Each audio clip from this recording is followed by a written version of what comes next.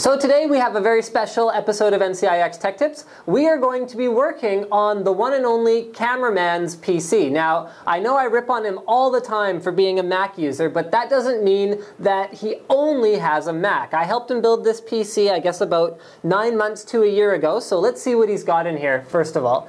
He's got a quad-core AMD processor, he's got 4 gigs of Corsair RAM, a Gigabyte Crossfire motherboard, he's got a PowerColor 4850. Overall, pretty good spec little machine, but there's a couple things that we're going to fix today, and these are going to make his performance a lot better, and it's going to make him happier. So, first of all, this is a hard drive. We are going to lose the hard drive. We are going to be installing a Corsair P128 SSD drive. It's not the fastest SSD on the market, but it uses a stable Samsung controller, and it does have support for trim. Which brings me to my next point, is that this computer is currently running Windows Vista. Windows Vista isn't everyone's favorite. I like it, but the Cameraman has a copy of Windows 7 on hand, so if we're going to throw in an SSD, we might as well go with the only trim-enabled operating system, Windows 7. So let's see what the Cameraman has on his computer before we get too much further along here. Okay, so Cameraman likes really brightly colored cars,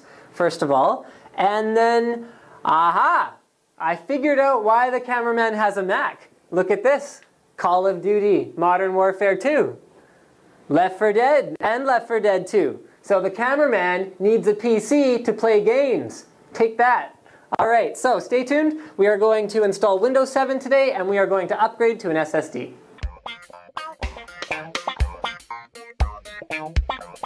Now, if I was a normal computer user, I would probably pull out one of these 2.5-inch to 3.5-inch hard drive adapters, and then I would install my SSD into a 3.5-inch bay doing that. But if you want to be sort of more of a think different sort of person, like the Cameraman, then you could just be artistic about it. Why don't we just grab some double-sided tape here, throw that on the bottom of the drive, and then, you know, grab some more double-sided tape and throw that on there, and then we'll come up with, like, you know, somewhere different to mount it, because, you know, doing things different just for the sake of it, that's a good thing, right?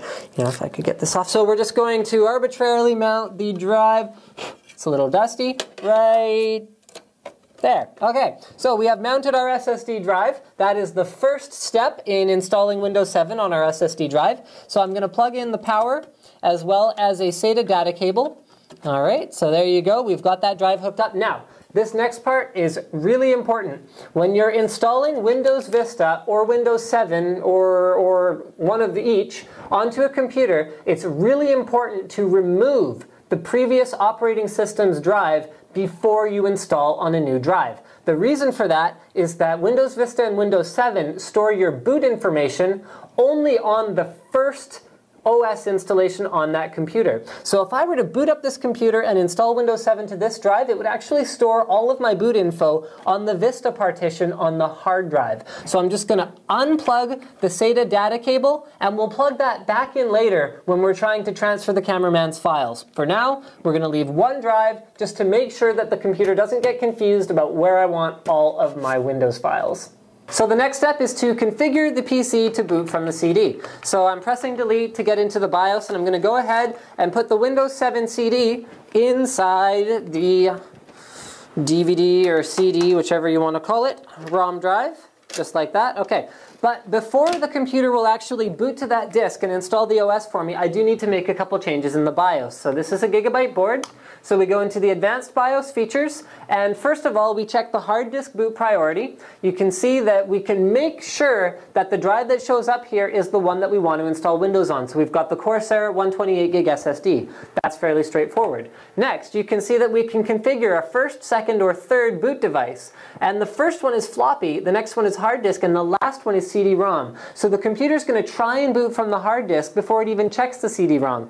To make life a little bit simpler on ourselves, we're going to set the first boot device to CD-ROM. Other than that, there's no other changes we need to make except the one that I forgot, which is to go into the onboard SATA controller and configure it for AHCI mode, because we are going to be taking advantage of trim, a feature that makes sure your SSD performs like new at all times, supported only by Windows 7, and the only way to make sure that it's working is to be running your SSD in AHCI mode. So we're going to go into the on-chip SATA type, we're going to set it to AHCI, and then we're going to press F10 to save all our settings, and we'll see you at the installation screen.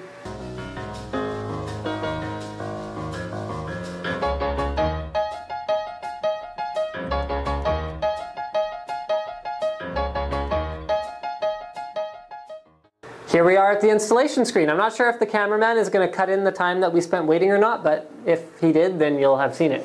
So let's keep moving forward. We press next. We press install now. Installing Windows is so much easier than it used to be. It's just a wizard-based thing that takes very little time, although sometimes there's a bit of a delay for setup is starting.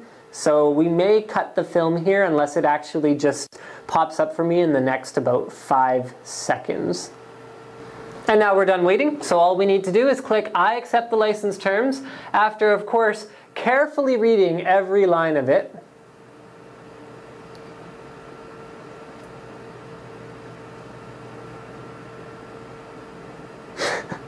Okay, click next, and then it gives you an option to upgrade or use the custom advanced install. So if you already have Windows Vista, you're reinstalling over the same hard drive, then you would click upgrade. The next thing is, since we're not doing that, is the custom option. So you can see we've got disk 0, unallocated space. Windows Vista will automatically figure out all of the Windows 7, well, they both will, but Windows 7 will figure out all the partitions for you. You just click next and wait for it to install. So at this point, Windows is actually completely installed, and all we need to do now is set up Windows itself. So the Cameraman is what I will put in for the username, and then I will click next. I will type a password, and this is top secret. Actually, it took me 1 try to guess the Cameraman's password when I first got his computer and I was supposed to work on it. Okay, for Windows 7, you don't actually have to enter a product key right now. You can just click next and it'll install on its own. But I do have a product key. I just don't want to enter that on screen, as you may or may not understand, because then everyone will read it. For helping protect your computer and improving Windows automatically, we're going to use the recommended settings. So what that does is it enables automatic updates and makes sure that it's always staying, well, up to date. Next, we will select Pacific time because we are on the West Coast. We are on a home network at this time, sort of.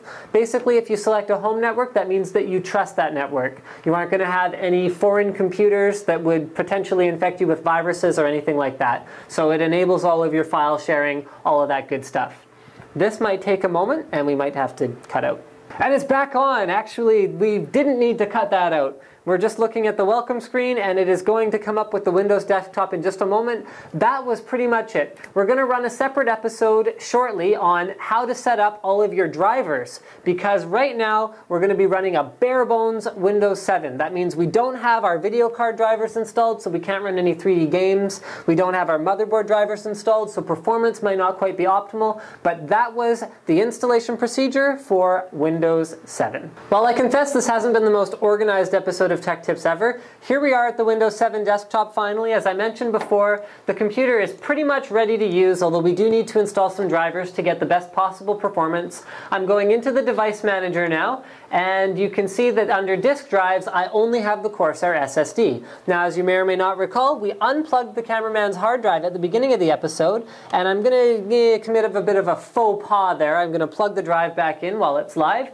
You can see it's already popped up in the device manager. It's a Seagate 320 gig drive, and it's also popped up with a little window saying this is local disk E, and we can browse it for all of the files and folders. Now, I'm going to go ahead and reboot the computer, and I'm going to show you that we still do need to do one more thing to make sure that the computer always boots to the SSD now rather than booting to the hard drive. See how quickly that shut down, by the way? That's like magic.